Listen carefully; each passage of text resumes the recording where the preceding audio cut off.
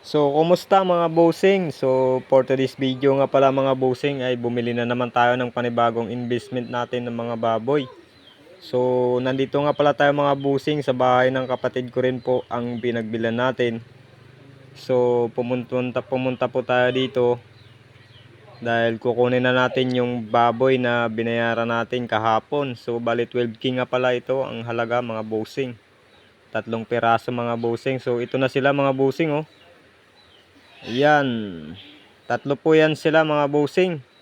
So pagdating nga pala namin dito mga bossing, walang tao. Wala po sila dito pero kukunin na lang to natin kasi bayad na rin to. So ayan. So nagdala nga pala tayo ng sako dito mga bossing para paglagyan natin sa kanila no. So maulan pa nga dito sa amin mga bossing. So ayan, pinakain muna natin yan sila para malagay natin sa sako mga busing. Mahirap nga kasi silang hulihin mga busing, gawa ng bitaw lang sila dito mga busing no. Kaya medyo may kailapan sila pero katagalan na ipasok din natin sa sako yung mga yan. So yan, bubuhatin pa natin mga busing, papalabas dun sa kalsada. Kasi nga hindi makapasok yung sasakyan natin papunta dito sa kanila dahil medyo makipot yung daanan saka maulan pa. Kaya medyo madulas. So ayan, nahakot na natin dito sa top down. So ibibiyahe natin pauwi dun sa bahay. Ayan, medyo hindi sila pumalag. Siya nga pala, nagpapasalamat din tayo sa nagpairam sa atin ng top down. So maraming salamat sa iyo idol. So di bali may gasolina naman to mga idol. So ayan, binabiyahe natin sila. Buti na lang hindi na pumalag mga busing. So sa ganitong business nga pala mga busing ay hindi natin talaga inaasahan kung sakaling ba tataas o baba ang presyo. So ang sa akin na lang dito mga busing mayroon tayong may na-invest tayo na pera. So sakaling tataas ang presyo di may tamaan tayo. Kung medyo bumaba naman tama lang naman talaga na parang nag-ipon lang tayo. Kumbaga nag-alkansya lang, so ganun. So nakarating na nga kami dito mga busing no. So ihalo na natin to doon sa 3 na nakahiwalay. So titingnan natin mga busing kung aawayin ba sila ng 3 dito. Kasi medyo malaki konti yung sa amin na nakahiwalay. So titingnan natin.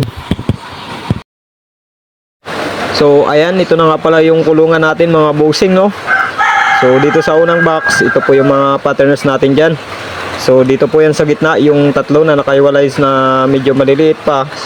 So dyan natin ihalo yan mga busing, yung nakabili natin dun sa kapatid ko. So sana wag nilang awayin no. So ayan, dyan wala na rin kasi tayong ibang mapaglagyan kaya dito na lang muna.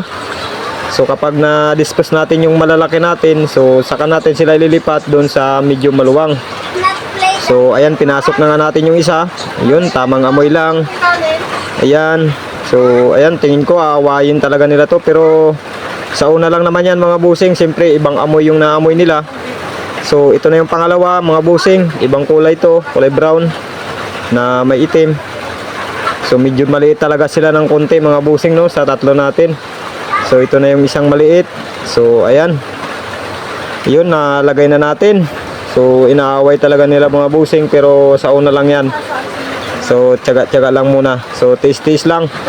So ayan, 6 na po sila dyan. So ito nga pala mga busing yung inahin natin na malapit ng mga anak. Ayan. Saka meron pa ditong isa mga busing. Ayan, yun yung isa. Tsaka ito naman mga bossing, yung patterners natin, malapit na rin natin itong i-dispose. Kapag na-dispose na natin, ililipat natin sila dito yung 6, yung nabili natin, saka yung 3. So, yun lang mga bossing, maraming salamat.